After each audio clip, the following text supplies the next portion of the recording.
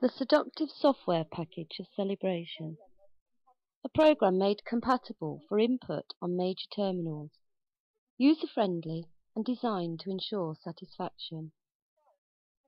A device to perpetuate essentialist classifications that measure and evaluate the flesh according to its functionality. Categorization of the flesh biologically labels individuals according to their gender, class, and race. The messages transmitted through the coding systems of language and visual imagery have and do bleed into the naming of being. They become directory signs. You might not know where you are, but you can be clear about where you are not. Western power knowledge systems have been founded upon the study of knowledge acquisition accomplished through the opposition of a knowing subject and a known object. Inherent in this opposition is the assumption that only men can be subjects, and hence knowers. The object has to be classified. Definitions demand equations that compute efficiently. Difference has been a concept defined for and dependent upon the constructs of value and function. Its constitution feeds the Western economic system. A complementary dish, constituted by the processes of objectification and commodification, to fulfill the insatiable fetishistic hunger of the humanistic eye, to confirm and affirm the ontological security of presence. So, what are the reasons for presenting a case study?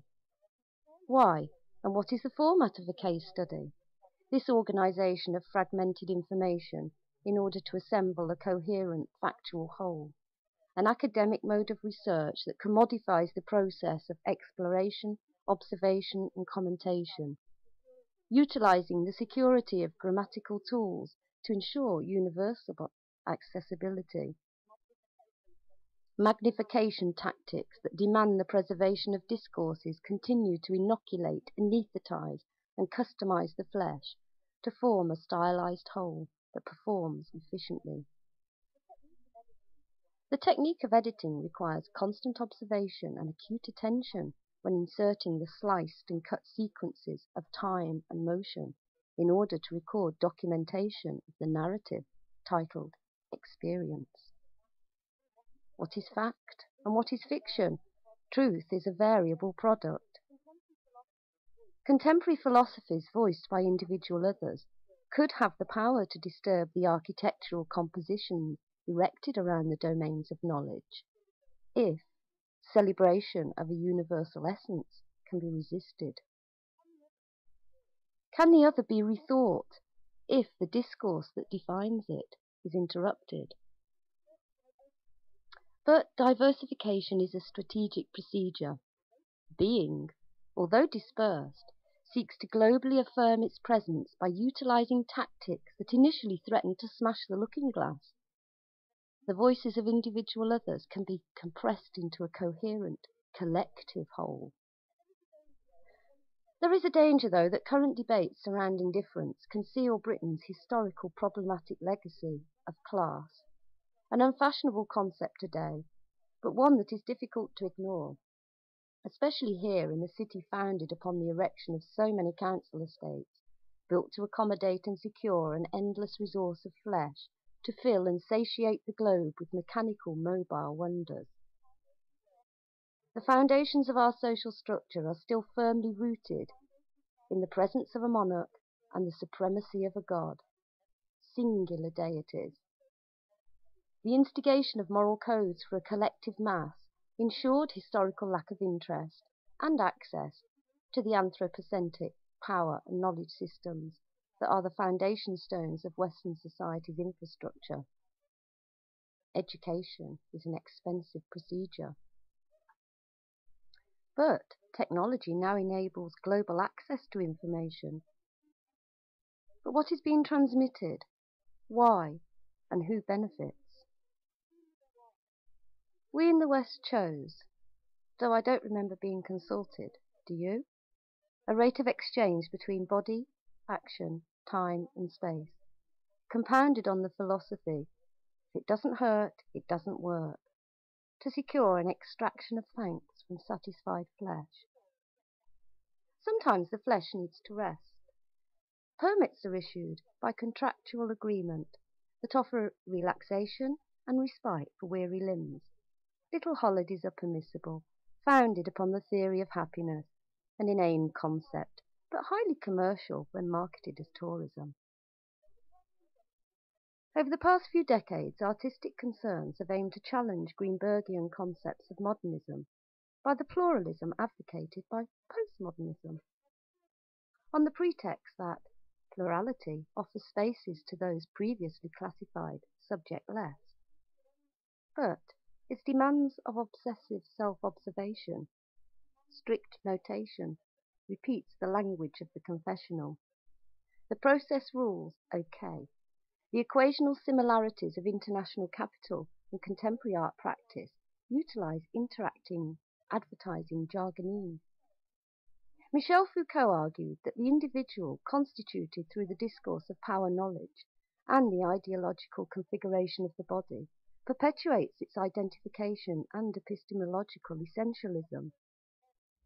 Celebration demands definitions of the processes constituting subjectivity, merges biological similarities, and produces fabricated collectivities that ensure the reproduction of oppositional procedures. Art, the new service industry. Is this cultural shift occurring due to the ability of international capital to continually reconstitute the contractual agreement between itself and the flesh? This seminar will examine the formation of a local arts organisation that has been actively encouraged and economically supported by the local authority, Coventry, who are desperately trying to regenerate the economy of the city by reconstituting its identity in order to promote its presence globally.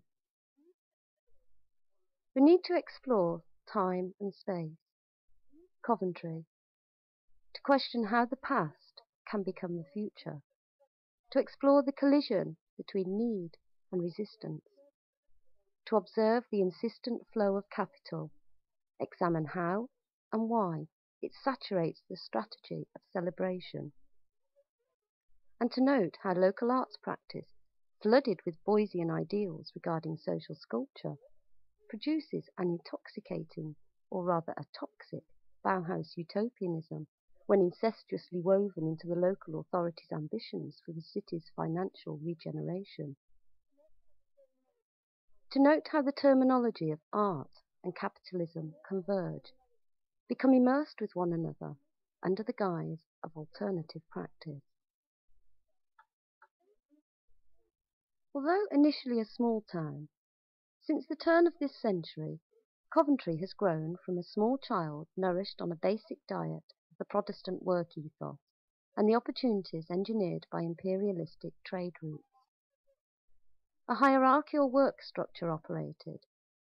The apprenticeship guild system was dependent upon technical demonstrations of competence that produced tangible evidence of authentically crafted items and objects, and secured a complacent and lucrative existence for the town and the majority of inhabitants, whose cultural constitution passively complemented the foundations of the Western economic infrastructure.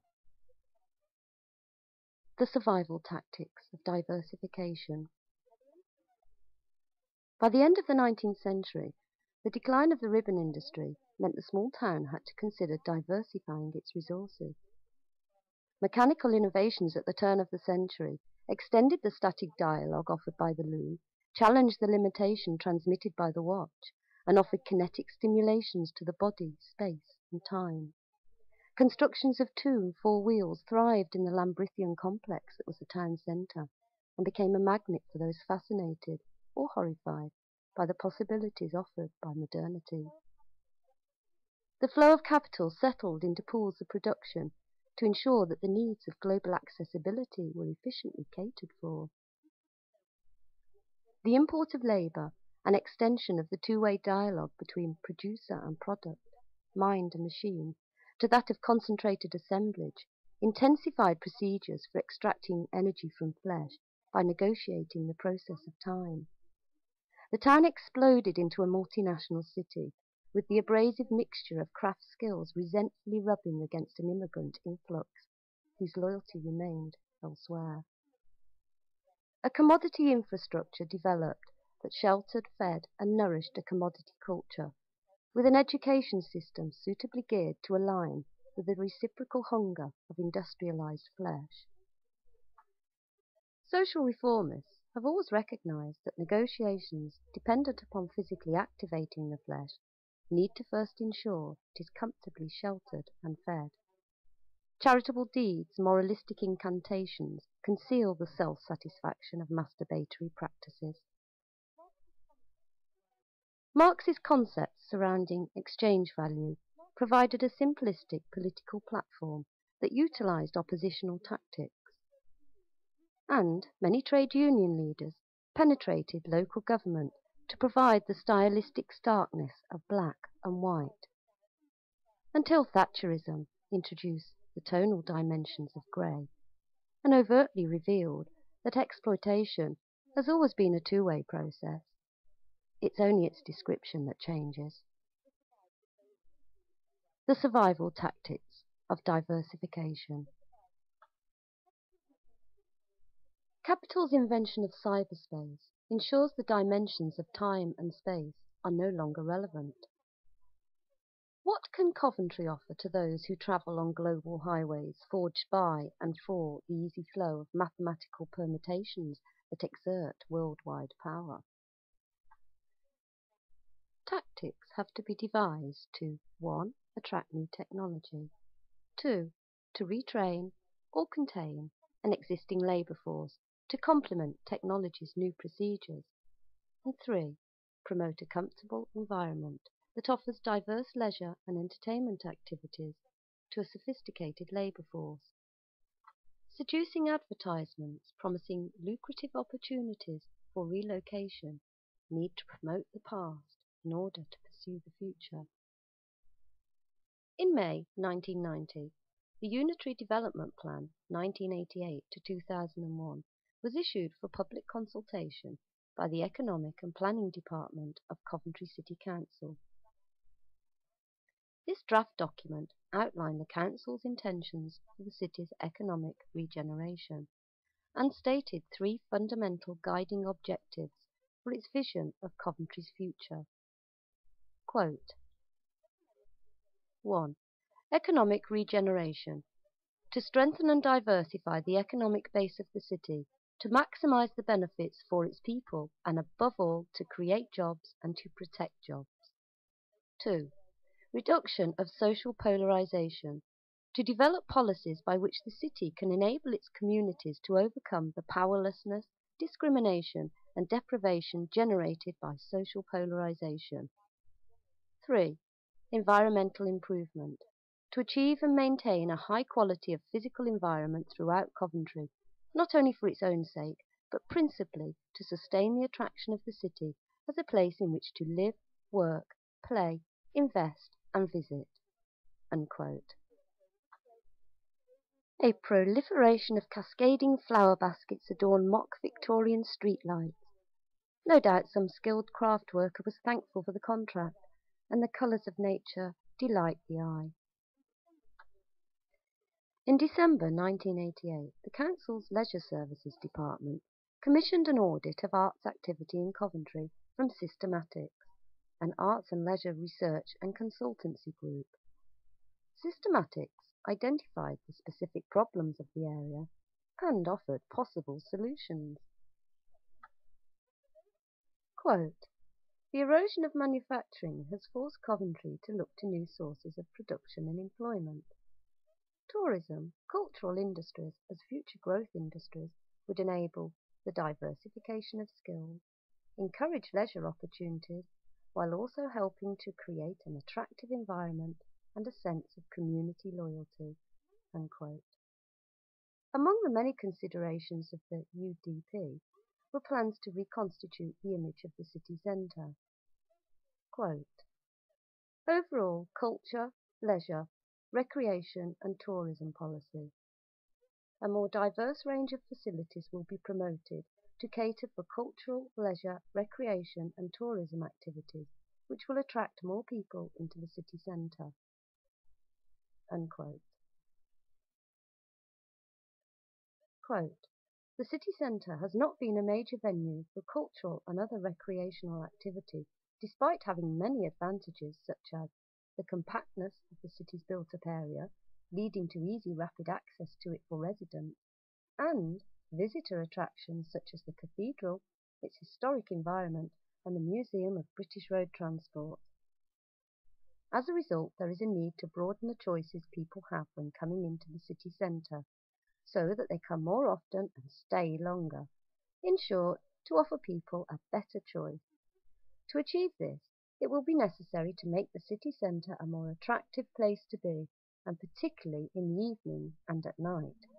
There is a need for more activities which attract people outside traditional shopping hours, helped by extended opening hours, better tourist and visitor facilities, including hard and soft landscaping, more events in the arts and crafts fields, both indoors and outdoors, grouping types of facilities fairly close together, and promoting leisure facilities that are accessible to all parts of the city through the day."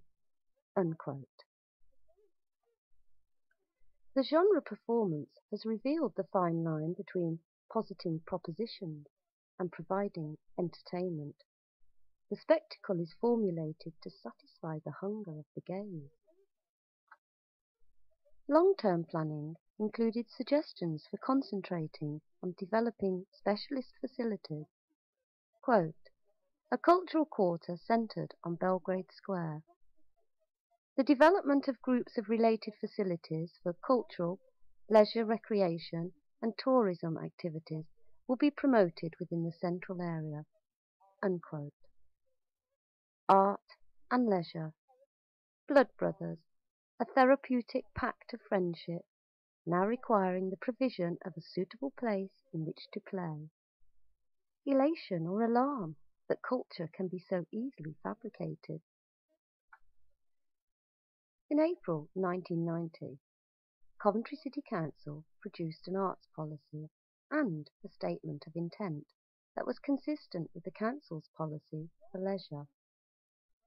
The arts policy covered the broad issues to be tackled, how they were to be addressed, and outlined the methods used to introduce the new measures.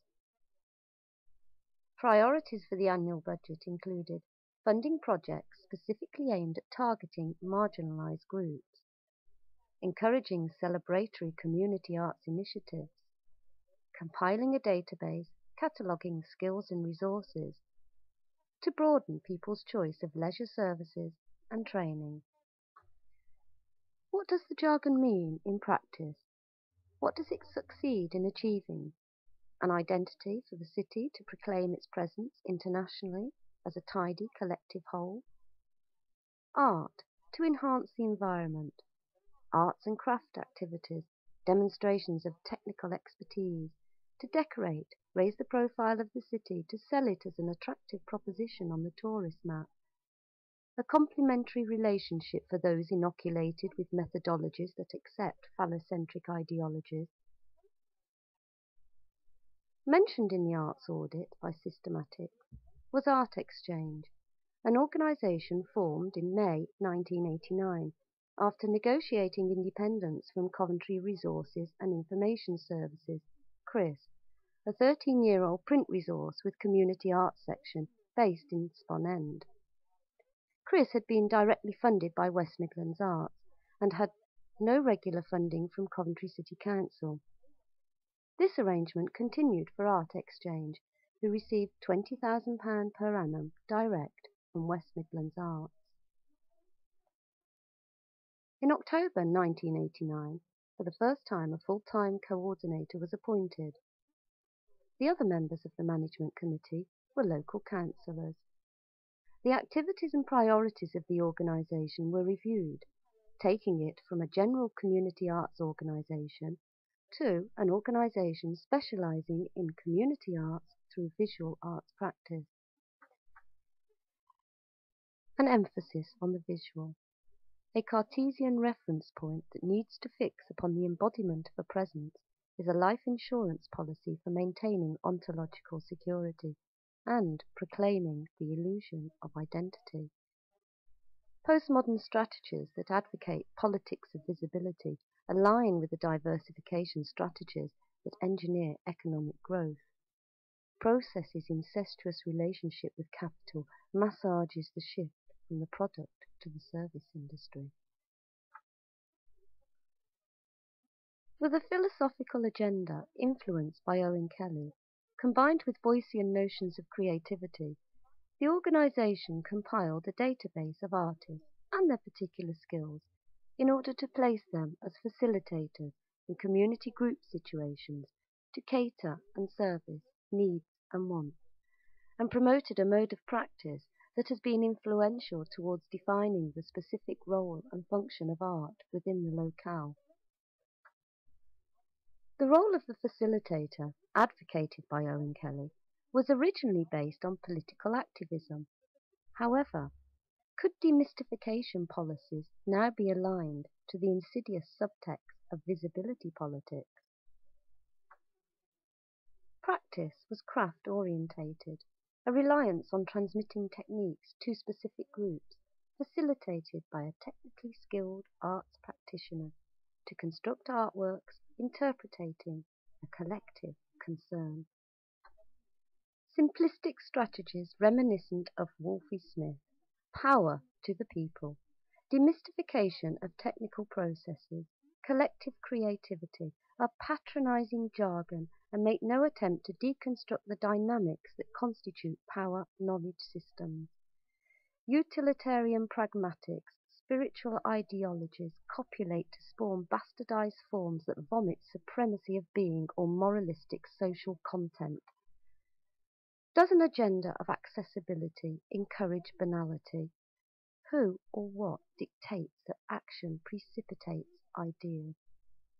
To confuse art with spiritual expression is dependent upon bestowing evangelistic connotations towards creativity. Agendas that promote creativity as a spiritual tool to save the world succeed in eliminating the capacity of art to posit questions by their demand for harmony. The left wing now offer tools that aid the right wing's need for collective consensus for establishing the measurements of meaning. Art exchange were dependent on the local authority for a supply of both client groups and spaces in which to operate social reform. Concentration intensified for those labelled marginalised. The symbolic discourse that constructs artificial demarcations of phallocentric difference compresses the flesh within corporate boundaries in order to ensure solace from the fear of the other. Self-policing devices that rely on operating specific methodologies to represent the sound and actions of another ensure that the role accorded to the fetishized other remains intact, forever fixed by the process of definition. Reductive contextualization produces the black and white discourse of oppression. The drive to create collective cohesion, constitution of group subjectivity, relies on defining an essence that is universal to all members. Reduction, repetition, reproduction. In April 1991, West Midlands Arts ceased to be the major funder, although they still continued to fund specific projects, and the core revenue funding was transferred to Coventry City Council. £150,000 annual revenue was allocated to a newly appointed arts panel comprising of a councillor-led committee for the development of community arts. The city's first arts development officer was appointed, who had a background in business studies, catering, and an avid interest in needlework. Art practice and the interests of capital dissolved, lubricating the shift from production to service industries. Congealing, stitching, quilting untidy fragments of flesh together to form a colourful patchwork hiding an illicit relationship that seeks to objectify the processes constituting subjectivity by integrating its formation in the marketplace. Art Exchange were allocated £35,000 annually and targeted client groups, colour coordinated to match the funding criteria. They collaborated with local authority departments by parachuting suitably trained artists into various marginalised groups within the danger zones of the city. Processes of production, form and function have an established meaning in this part of the West Midlands, but there's always been a nostalgia for the lost identity of a town where family names were once universal codes by the craft they practiced. This discipline, named art, operates procedures both inside and outside the institution that preach sermons of universal reverence for the processes of productivity and labour. Glenn revealed in his seminar the strong links established between local industries and this institution. The city has accommodated art when visibilised as a tangible commodity that aligns with the city's own value system, producing an either-or situation, achieving consensual agreement in regard to practical application, but allowing differences regarding social intent. Either craft technique has been rewarded by the circumstantial evidence of productivity and use value, a two-way satisfaction supplied by the intercourse of design functionality. In fact, a degree course is now available where how-to is more important than why. Or graduates annually stream, idealistically inoculated, to disperse their energy into assembling utopian dreams that freeze the actions, words and flesh of others, while preserving what has been said and done before. Defensive devices formulated to encourage arts practice dependency on either-or situations are fascistic tactics that aim to silence the ability of art to ask questions, confining its practice to the production of authentic commodities that therapeutically solace, decoratively soothe, in order to promote nostalgic reassurance. Surely it is now naive to revive the two-tone utopian aspects of the Bauhaus while rapidly approaching the new millennium, ignores questions raised by contemporary philosophical cultural debates regarding representational practices, and disregards the scientific, technological innovations that challenge the validity of Western power knowledge systems. In 1991, with the support of Art Exchange, Coventry Artists Cooperative was formed. CAC. CAC. Shit sticks, but where there's muck, there's brass. The initial aims and objectives, to locate and rent a reasonably priced property to use as studio and meeting space for artists, were on reflection idealistically naive. The nationalistic myth surrounding Coventry's devastation during the war years had ensured that the guiding hands of Coventry's paternal guardians remained unseen. Locating a site where the local authority is the major shareholder of real estate, and also in the interests of future development demanded commercial rates of return for suitable properties, proved extremely difficult. With advice from the arts officer, attention was focused to a redundant space above the city centre market, owned by the local authority, who, when approached, requested that CAC submit a feasibility study to the Economic and Planning Department in order for them to ascertain the financial viability of becoming tenants. Fortunately, while negotiating with the local authority, an independently owned property became available in 1993 at reasonable cost within the Cocoa Complex at Spon End. CAC had established an independent base. However, its proximity to Art Exchange, with its combination of funding infrastructure, established links with local authority, and Bauhaus Boysian ideology, proved an intoxicating utopian cocktail to align the function and role for arts practice with local authority plans. Utopian ideals become obsolete mechanical devices needing the constant attention of aging engineers who, facing redundancy, are determined to display their technical prowess by offering their services to reconstruct the past and so present it as the future. Nostalgia aids the search for an illusion, identity.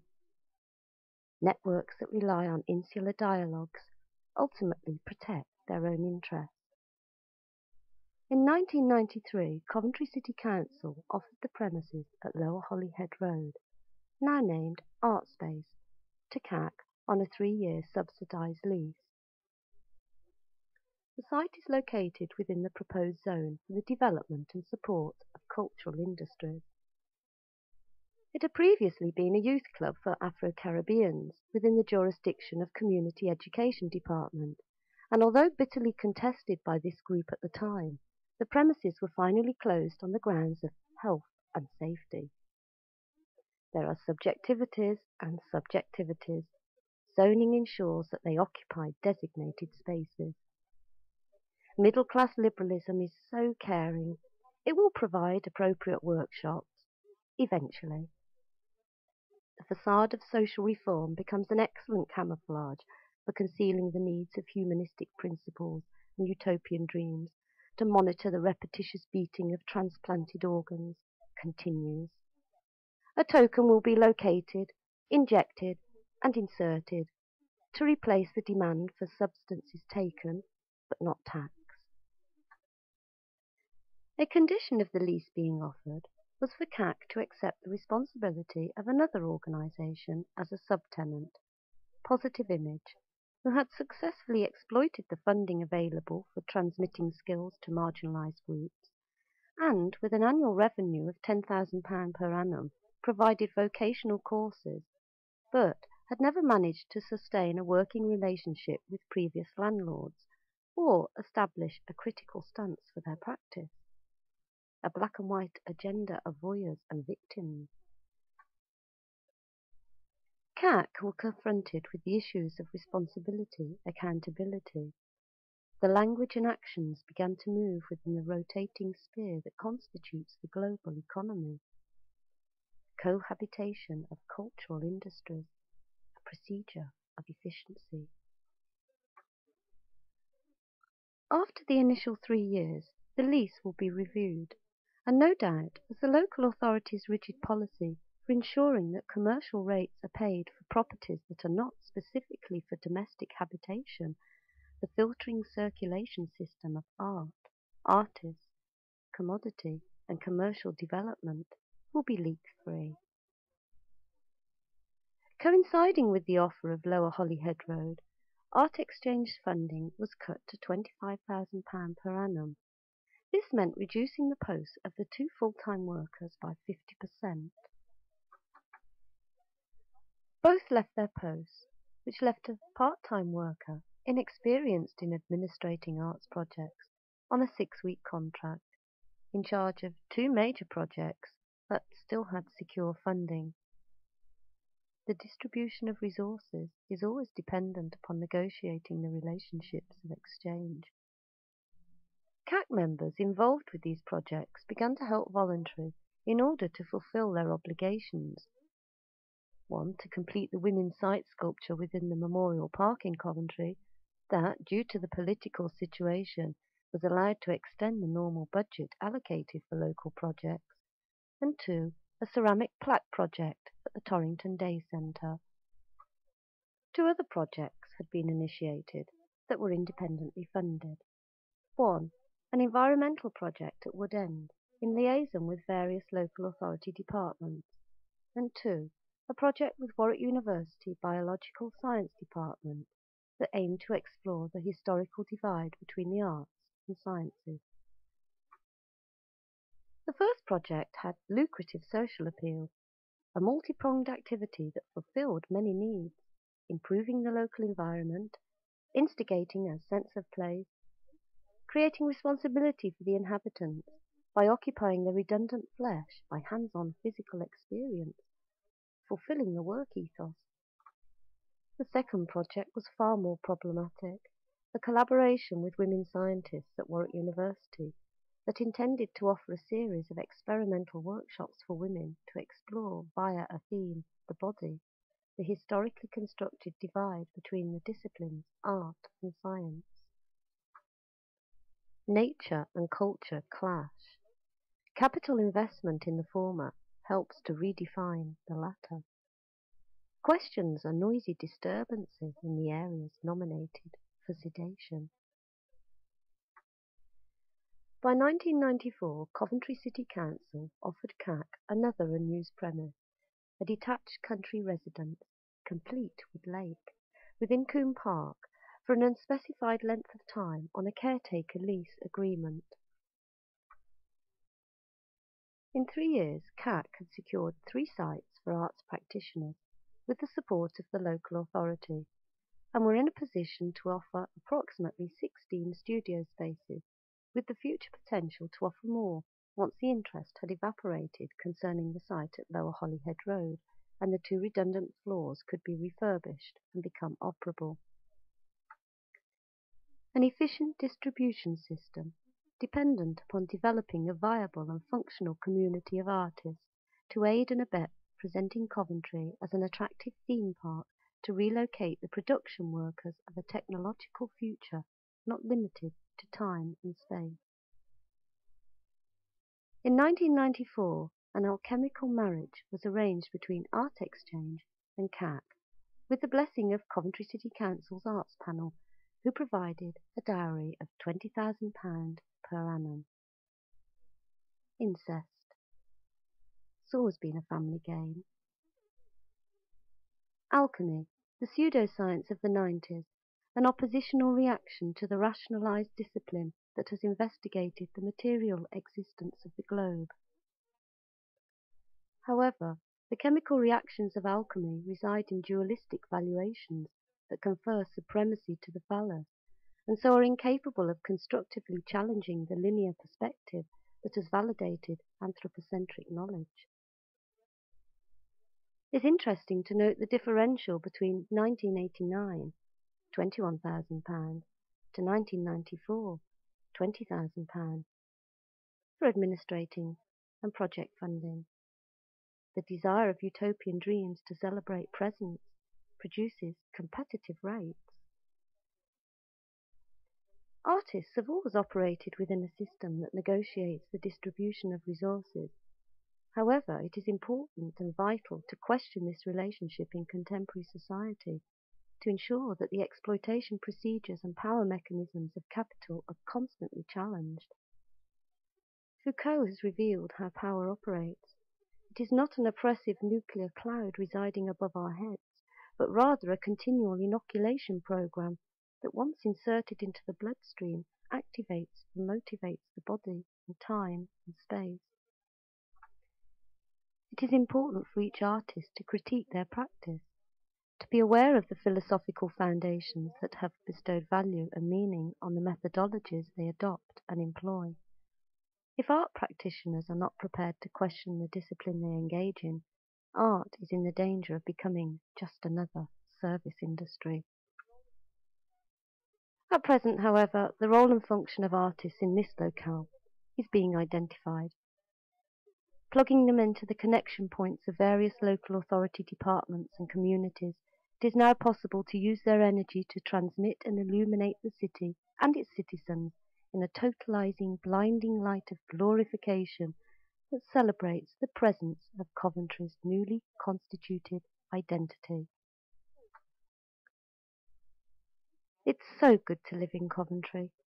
This light should attract the moths of commerce, and everyone will live happily ever after in the comfort and security efficiently served by commodification.